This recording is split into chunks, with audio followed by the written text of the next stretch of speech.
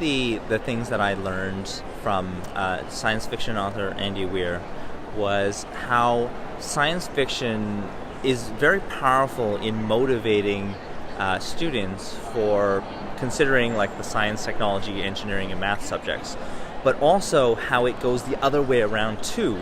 So science fiction authors are motivated by what scientists are doing. He spent a little bit of time talking about graphene and the potential of that technology. Next up, I'm going to be meeting up with tech rabbi Michael Cohen. And so this is something I'm really excited about. He's really artistic. I've been looking at his presentation. I've also been looking at some of the things that people tweeted. Every one of his slides was like hand-drawn, and they're like works of art. So he's definitely somebody who's very high on the design side. Andy was really, I would say, really humble. He was constantly saying, well, I don't consider myself to be like an expert in the field of education.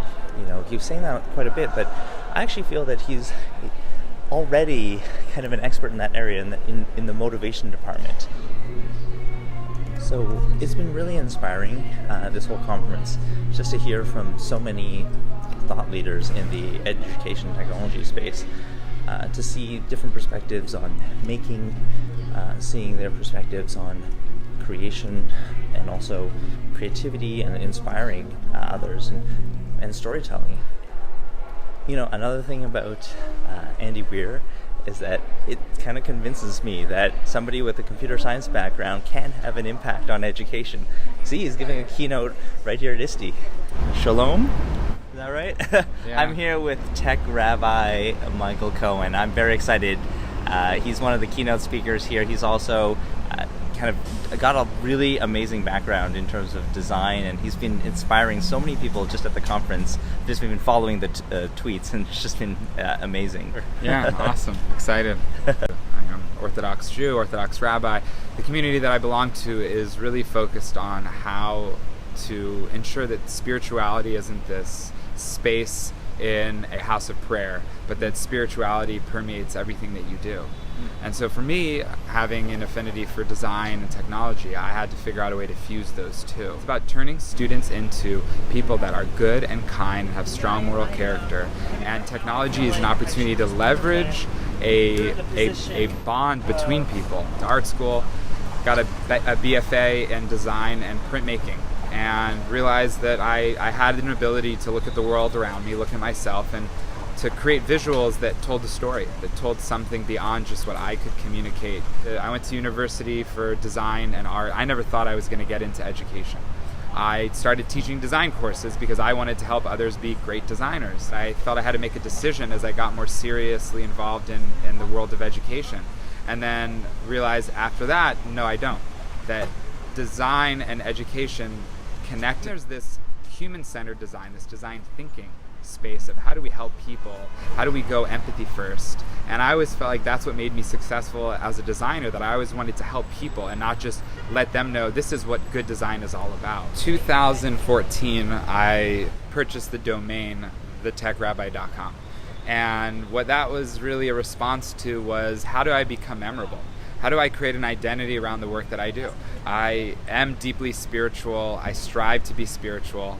I am committed to technology and design, and I want to merge those two together. No one is going to forget the tech rabbi. You might not agree with me. We might disagree in some space of education, design, whatever, but you're not going to forget that name. I think that all pre-service teachers should go through a very light marketing course. Marketing is so much about connecting with other people and not making the other person feel like you're trying to shove something down their throat.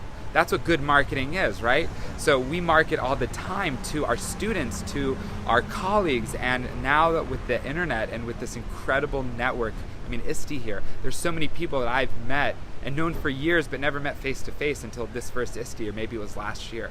We have to develop a sense of brand, and it's not to be famous, it's to create an identity around the work that we do. Because I was putting out content on Periscope, on Instagram stories for a long time, and never really focused on YouTube. I could have been on YouTube putting out content, 5, 6, 7 years ago, and I didn't really feel like that was what I was supposed to do. And I made a decision about almost 2 years ago now to get onto that space, because it's a search engine. It's owned by Google. And so you can find content where on social, it's lost. After a day or two, it might get a little bit of notoriety and some tweets and some likes, and it'll pop up in people's feeds, but it's basically gone. And so for me, it was trying to figure out ways that I could start to scale tech tutorials, scale design thinking. I'm kind of wondering, where does the inspiration, for a lot of your work come from? Did you have particular people along the way that really were impactful? Dr. Tina Seelig at Stanford. She is the director of entrepreneurship at the School of Engineering. Wow. She has a series of books that have just literally changed my whole approach to just, I want to be like nostalgic here, life, right? But my practice and my approach. She's extremely creative, gifted individual. John Maeda, who was at MIT Media Lab. He was the president of Rhode Island School of Design, and now he works for the parent company of WordPress, right? And he has like this one book that I read called The Simplicity of Design, that he intentionally kept it 100 pages exactly, and just takes you on this journey of just really just incredible ways of looking at how design is influencing the work that we do, right? And then Gary Vaynerchuk, although he's definitely got a sailor mouth. As someone, so it's awkward for the rabbi to kind of pitch him. But that motivation, that perspective, and just that appreciation for one view, for one connection, for one person that you might connect with that'll change your life, or that you can change their life. I think those are three, powerfully influential individuals. And then lastly, the Kelly brothers, who, if anyone's watching this and wants to make the connection, the Kelly brothers up at IDEO, distant mentors of mine, and just really inspired by the work that they do. I really appreciate you spending the time with me. Thank you so much. Michael Cohen's like the combination of design, teaching, faith, and like really good social media savvy. So it was really nice to have an opportunity to connect with him and to understand a little bit about his perspectives. I often worry when there's incompatibilities between faith and their practice of teaching, but I think he's found that it's actually been quite compatible.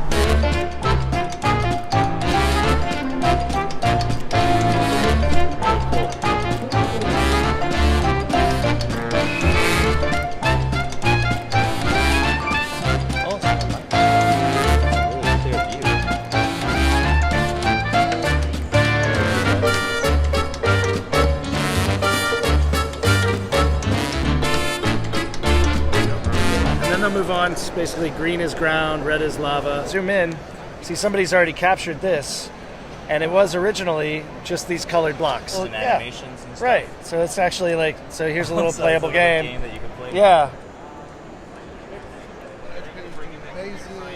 In my English class all the time, and what I use is canvas tarps, and they're triple stitched on the edge. So I wind up using the canvas tarps.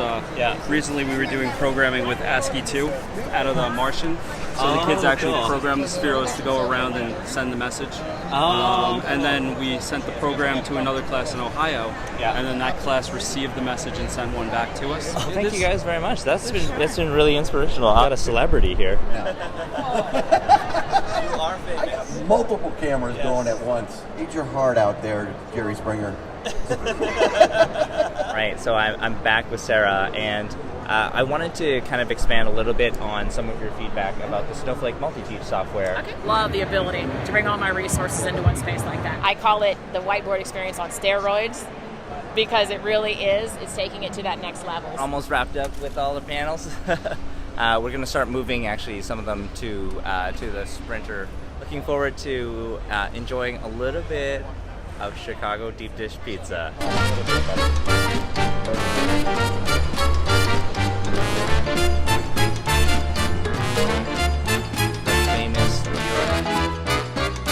Hey, thanks so much for watching. If you'd like to see more videos like this, please subscribe.